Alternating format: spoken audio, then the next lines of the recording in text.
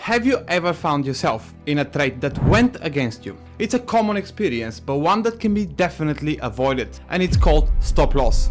In this video, we'll explore the importance of stop loss in day trading and how they can protect your capital in a fast-paced world of trading. A stop loss acts as a safety net. It's a predetermined price level at which you exit a trade to minimize further loss. It's like having a guardrail on a mountain road, keeping you from falling off the edge. The key is to recognize that losses are an inevitable part of trading.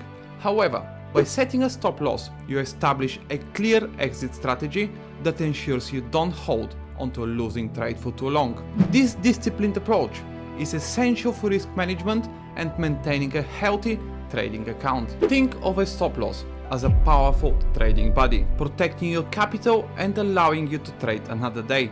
It provides a level of control and peace of mind even in the face of volatile markets.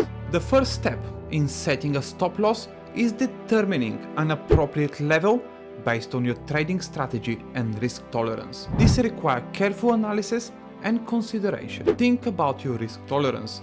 How much are you willing to risk on each trade? Setting a stop loss level that aligns with your risk tolerance is crucial for maintaining a healthy trading account. Remember, the goal is to protect your capital while allowing your trades some room to breathe.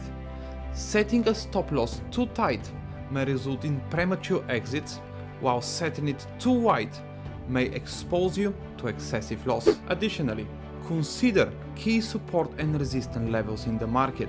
These are price levels at which the asset has historically shown strong buying or selling pressure.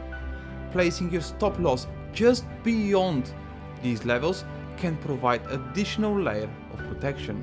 By incorporating these factors into your decision-making process, you can establish well-placed stop loss level that aligns with your trading strategy and your risk appetite. It's important to note that stop loss levels should be determined before entering a trade.